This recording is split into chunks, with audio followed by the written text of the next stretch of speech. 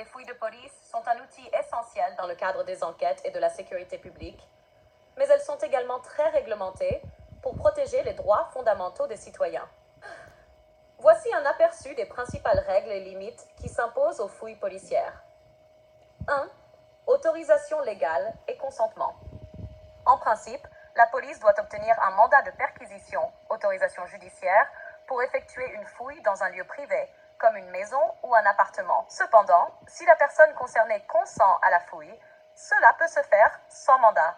La personne peut toujours refuser, sauf en cas d'exception. 2.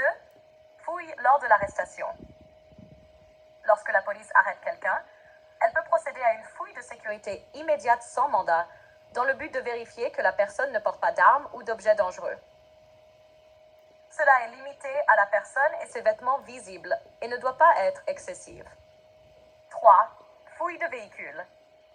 En cas de contrôle routier, la police peut fouiller un véhicule sans mandat s'il existe une raison plausible de croire qu'il contient des objets illégaux, drogue, armes, etc.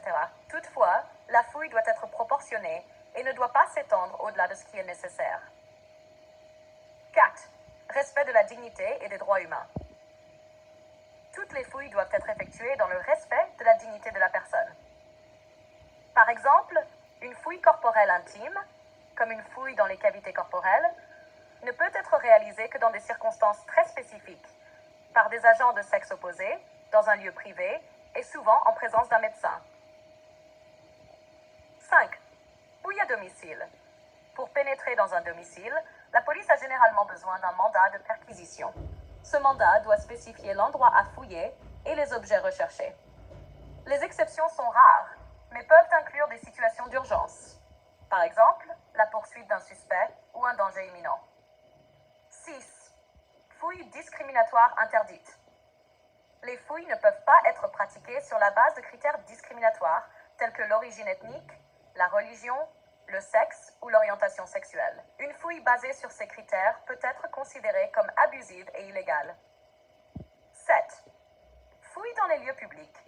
Dans certains cas, comme lors de contrôles de sécurité dans les aéroports ou lors de manifestations, la police peut effectuer des fouilles dans des lieux publics. Cependant, ces fouilles doivent être justifiées et ne doivent pas être effectuées de manière excessive ou arbitraire. Le droit à l'avocat.